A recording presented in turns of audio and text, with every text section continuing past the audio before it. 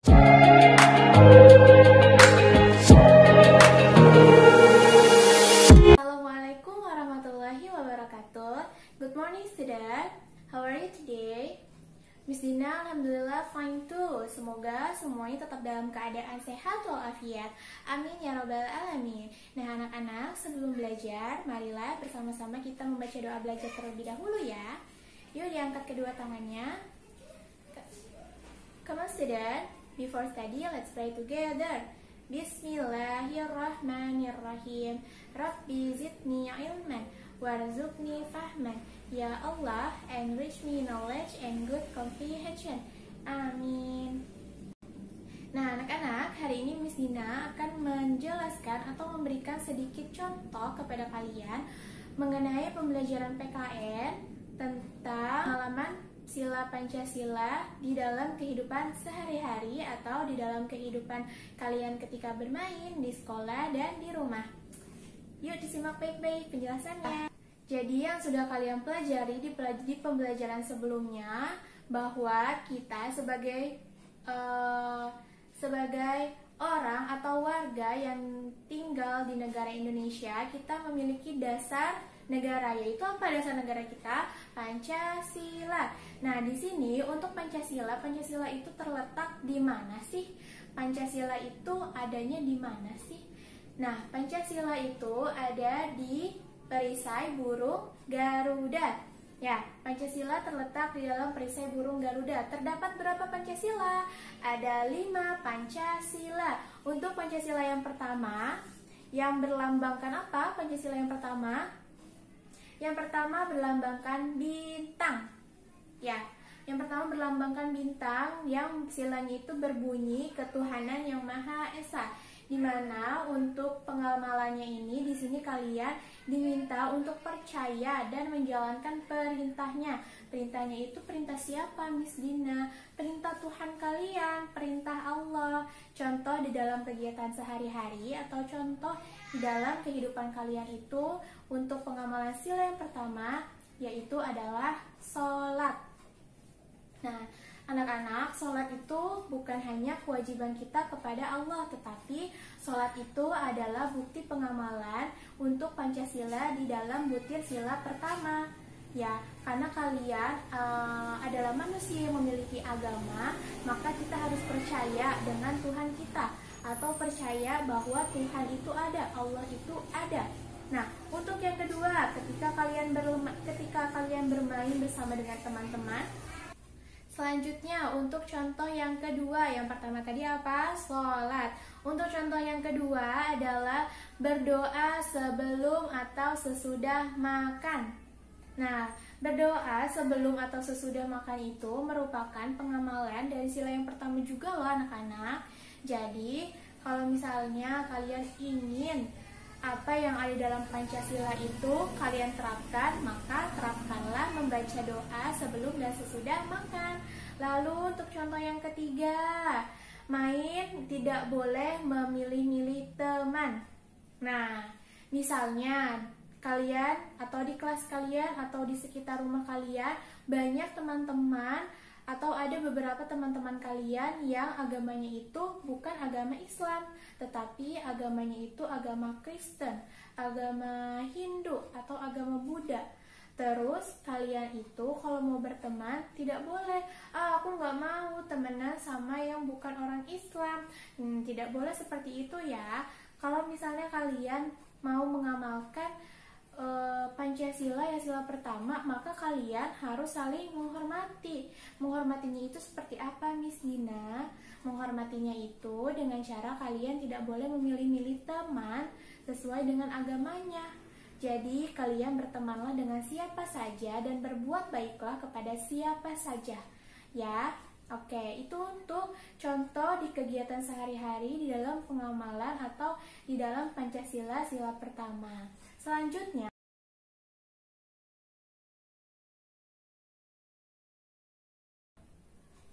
untuk sila yang kedua itu dilambangkan atau simbolnya itu adalah rantai. Betul sekali. Untuk sila yang kedua yang berbunyi kemanusiaan yang adil dan beradab. Nah, Untuk sila yang kedua ini kalian diminta untuk saling.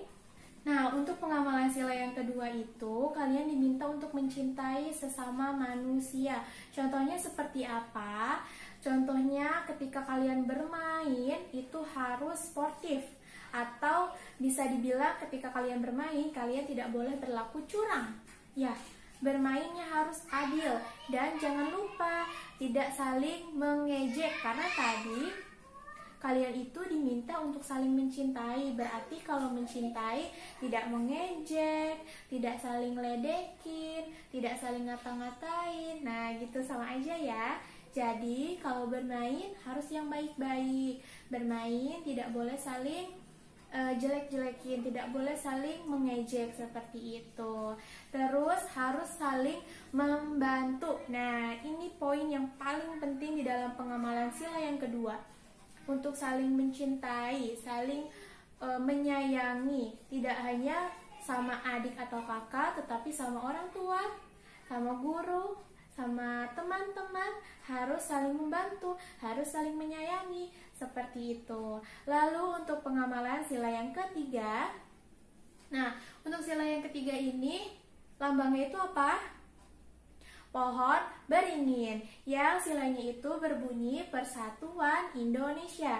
Nah, untuk pengamalan sila yang ketiga ini, kalian diminta untuk cinta kepada tanah air kalian.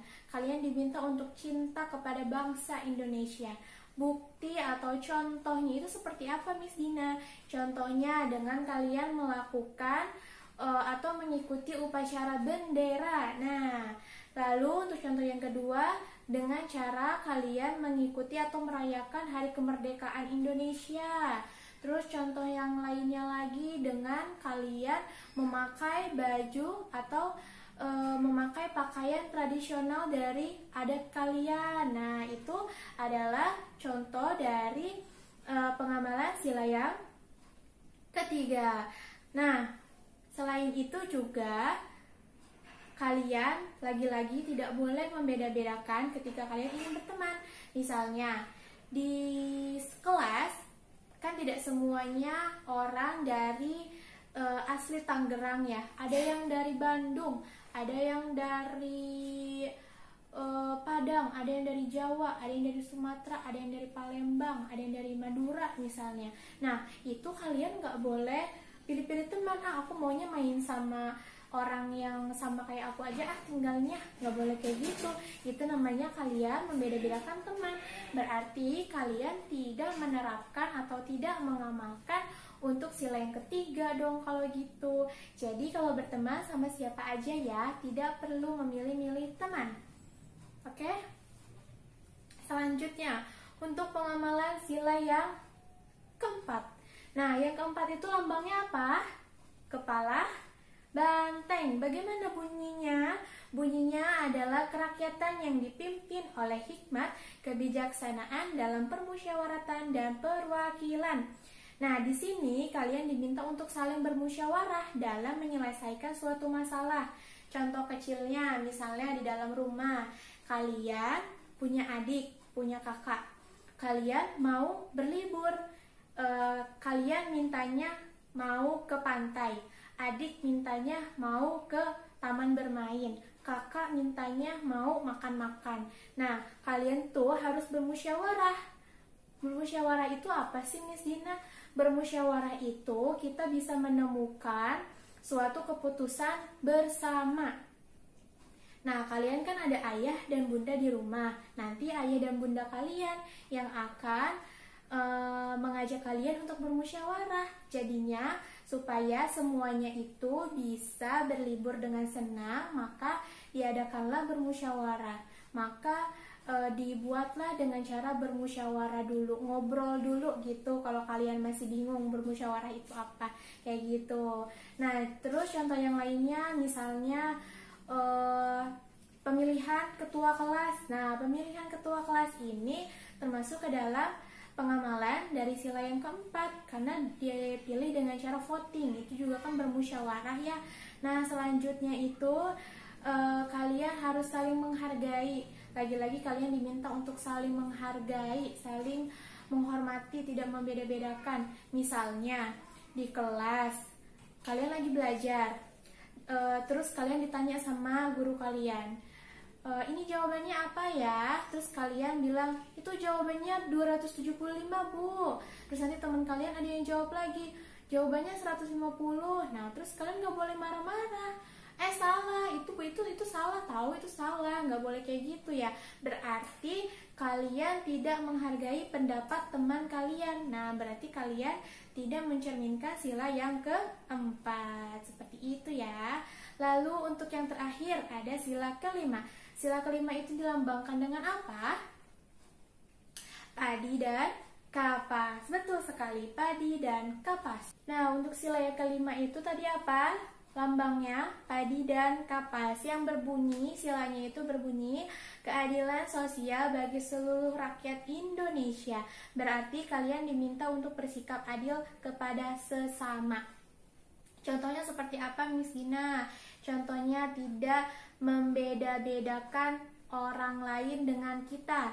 Lalu yang kedua, menghargai karya orang lain. Terus yang selanjutnya, bergotong royong membersihkan kelas. Nah, untuk yang bergotong royong membersihkan kelas, itu contohnya tuh maksudnya kelas itu kan bukan cuman hanya punya kalian, milik kalian, tetapi milik bersama. Berarti dibersihkannya harus bersama-sama, seperti itu.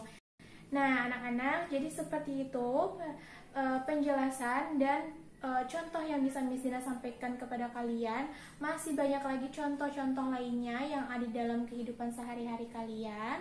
Terima kasih sudah menyimak videonya Miss Dina. Sampai bertemu lagi di video Miss Dina yang selanjutnya. Kita akhiri pembelajaran kita hari ini dengan mengucapkan hamdalah, alhamdulillahirabbil alamin. Tetap semangat belajar ya, walaupun belajar di rumah. Wassalamualaikum.